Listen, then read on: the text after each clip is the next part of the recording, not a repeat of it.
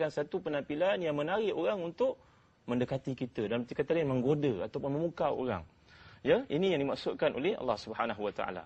Jadi dalam konteks ini, dua orang anak kepada Nabi Syuaib ataupun saudara kepada Nabi Syuaib, dia melihat orang sedang ramai-ramai memberi kambing-kambing mereka minum, mereka duduk jauh. Lalu Nabi Musa mendekati mereka, qala ma khatbukuma? Mengapa kamu duduk jauh di sini? Mereka menjawab, qalata la nasqi hatta yusdira ri'a wa abuna syekhun kabir. Di sini satu jawapan yang cukup menarik para penonton sekalian. Mereka berkata, kami tidak boleh memberi kambing kami minum dalam keadaan bercampur-campur dengan orang-orang lelaki yang lain. Wa abuna syekhun kabir.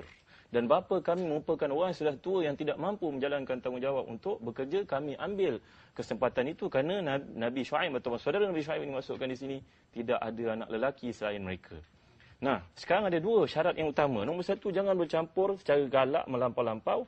Nombor dua, dalam tuntutan di situ, bila ada apa yang dimaksudkan sebagai tuntutan. Mana kita duduk di Kuala Lumpur sebagai contoh, Ustaz, gaji setakat 3,000 tak cukup, Ustaz. Jadi perlu isteri untuk menggabung tenaga bersama-sama bekerja mencari pendapatan yang halal. Dan nombor tiga, kalau kita lihat ayat Allah di situ, faja'athu ihdahuma tamshi ala istihya qalat inna abi yad'uka liyajziyaka ajra ma saqaita lana. Datang orang perempuan ini jumpa Nabi Musa selepas berunding dengan ayahnya, mari datang ke rumah kami, ayah nak balas jasa baik engkau memberi kambing-kambing kami minum. Nabi Musa bagi mereka minum, tidak diceritakan dalam ayat ini. Kerana ayat Quran dia tidak istitrad, dia tidak cerita panjang lebar, malah ia mengambil muktatafat. Di sini para penonton dimuliakan Allah sekalian, Syekhuna Dr. Yusuf Qaradawi berkata, 3 syarat nampak Allah sebut. Nombor 1, tidak boleh kita bercampur gaul dalam erti kata sehingga menaikkan syahwat orang lelaki. Nombor 2, biarlah kita ni bekerja dalam keadaan keperluan yang amat sangat, daruriat pun tidak lepas. Dan yang ketiga, mesti jaga adab, suluk seorang wanita salihah yang dikehendaki oleh Allah SWT dalam ayat ini. Dan ayat 31 surah An-Nur yang telah dibacakan oleh Ustaz Nik sebentar tadi pun merangkumi antara satu sama lain. Baik. Kalau berdasarkan apa yang disebut oleh Ustaz Zahzan tadi tentang tabarruj, tentang macam mana Allah Subhanahu Wa Taala meletakkan hukum yang tertentu, tidak boleh menzahirkan kecantikan, sebenarnya bukan dari sudut tubuh badan saja Ustaz dia, mungkin dari sudut lenggok, dari sudut bahasa, dari sudut gaya dan sebagainya. Tetapi pada masa yang sama, adakah pada masa yang sama ada hukum yang dikatakan sebagai wanita itu wajib pula? Wajib berdandan, wajib merayu, ataupun wajib menunjukkan kecantikannya dan sebagainya. Mohon ulasan daripada Ustaz, silakan. Terima kasih Ustaz Sukri. Dalam kitab Majmu' Imam Nawawi menjelaskan, bagi perempuan yang sudah bersuami, maka sunat baginya untuk berinai. Maksudnya menghiaskan dirinya sepanjang masa untuk suaminya. Dan dari segi yang lain, kaum wanita ni kalau sudah bersuami, memang wajib bagi dia untuk mentaati suami. Selagi suami tidak menyuruh melakukan dosa dan maksiat. Dan di antara perkara yang sepatutnya dilakukan oleh seorang isteri adalah menghiaskan diri untuk suami. Dan kalau kita faham di sudut hukum pun, bukan tugas seorang perempuan untuk asasi di sudut masak, basuh kain dan sebagainya. Tugas asas dia yang paling utama sekali adalah menghiaskan diri untuk suaminya. Dan sudah tentulah bila amalan ini dilakukan oleh seorang wanita bergelar isteri, bagaimana disebutkan oleh Imam Nawawi tadi, InsyaAllah sebab dari sudut bila sudah bersuami, dari sudut menyolidkan dirinya, menghiaskan dirinya hanyalah untuk suaminya, bukan lagi untuk orang lain.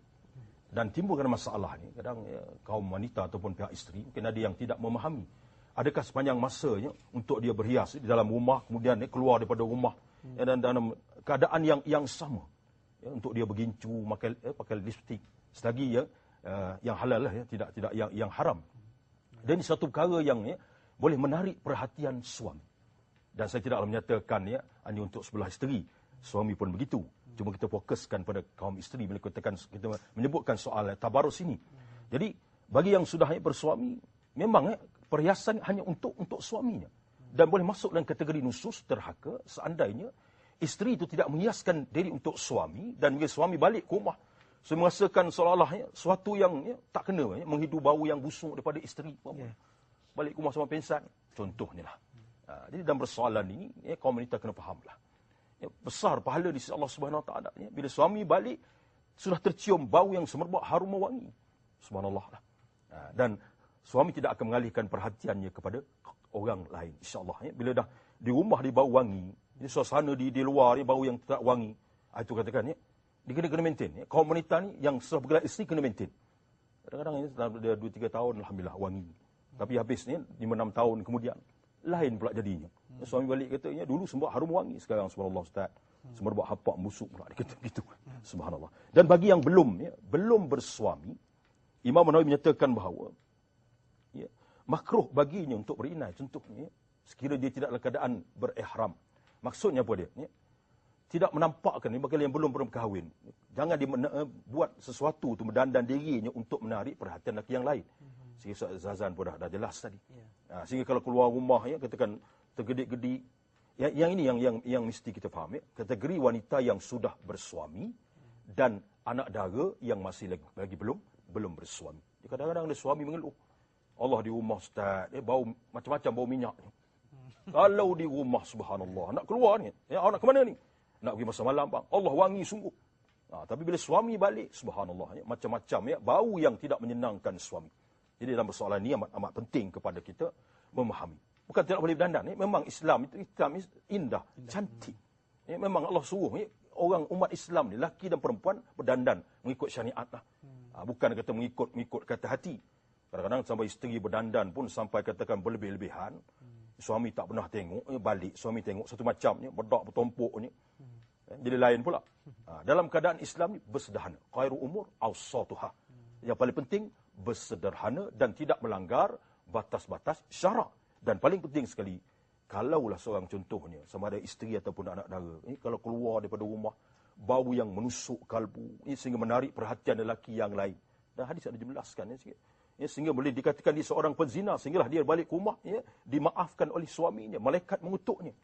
Jadi apa yang diminta persoalan oleh Ustaz Sukri tadi, memang Islam tidak melarang untuk kaum wanita ini berdandan, tetapi kena pada pada siapa nak didandankan itu satu persoalan kita.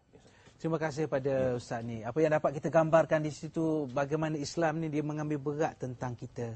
Dan perkara-perkara yang buruk yang bakal berlaku sudah ditutup serapat-rapatnya supaya tidak ada hubungan bebas, supaya tidak ada berlaku perzinaan, supaya tidak berlaku kecurangan, supaya tidak berlaku tawar hati. Jadi saya tertarik apa yang disebut oleh Ustaz tadi, kena maintain. Jadi isteri-isteri kena maintain. Itu perkataannya Ustaz ya. Jadi sebelum tu kepada semua penonton, kita juga kena maintain dengan halaqah. Kita akan berehat seketika, jangan ke mana-mana, kita jumpa. Kembali bertemu dan terima kasih kerana anda terus bersama kami dalam rancangan halaqah. Kita membicarakan tajuk tabarruj dalam pertemuan kita pada kali ini. Saya nak pergi kepada yang berbahagia Ustaz Zahzan kembali. Ahli panel kita yang pertama, saya ada baca buku Ustaz tentang krisis yang melanda umat ini sebenarnya dikatakan sebagai, kita bukan krisis ekonomi sebenarnya, tetapi krisis kita ialah untuk mencari contoh, mencari model, mencari tauladan. Termasuklah kita nak cari satu contoh wanita solehah.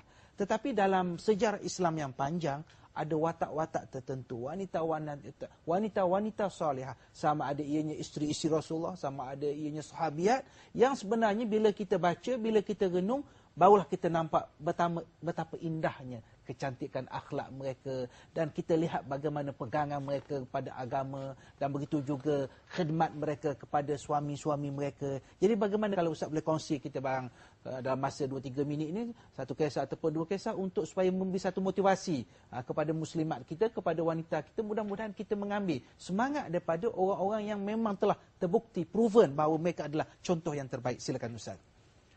Alhamdulillah, wassalatu wassalamu ala rasulillah. Saya syukuri Ustaz ni, perbentuan yang dimuliakan Allah sekalian. Kalau kita lihat apa yang disebut dalam hadis yang sahih, ada seorang wanita Ustaz, namanya Ummu Sulaim. Ummu Sulaim ni adalah ibu kepada Anas bin Malik radhiyallahu anhu. Anas bin Malik ini ibunya Ummu Sulaim, seorang wanita muslimah, qanitah, muti'ah, sebutlah semua sifat beriman ada padanya. Tapi beliau ni diuji bila suaminya sendiri bernama Malik enggan untuk beriman kepada Nabi sallallahu alaihi wasallam bila Nabi sampai di Madinah. Mereka ni orang Madinah, penduduk asal Yathrib. Yang pentingnya akhirnya suami tidak setuju untuk masuk Islam, dia lari pergi ke Syam, matilah dia di Syam dalam keadaan minum arak, dalam satu riwayat yang sahih dari Bukhari Muslim. Ummu Sulaim ni seorang yang cukup tabah. Kita nak belajar ketabahan yang ada pada wanita beriman seperti Ummu Sulaim. Ummu Sulaim dalam perang Uhud, dia dengan suaminya yang baru bernama Abu Talha duduk depan Nabi dan mengatakan, "Ya man ya'izu alaihi an nufariqahu, hayatuna kullu syai'in ba'dakum adamu." Kata-kata ini cukup menampakkan keimanan. Dia berkata, wahai Nabi Muhammad SAW,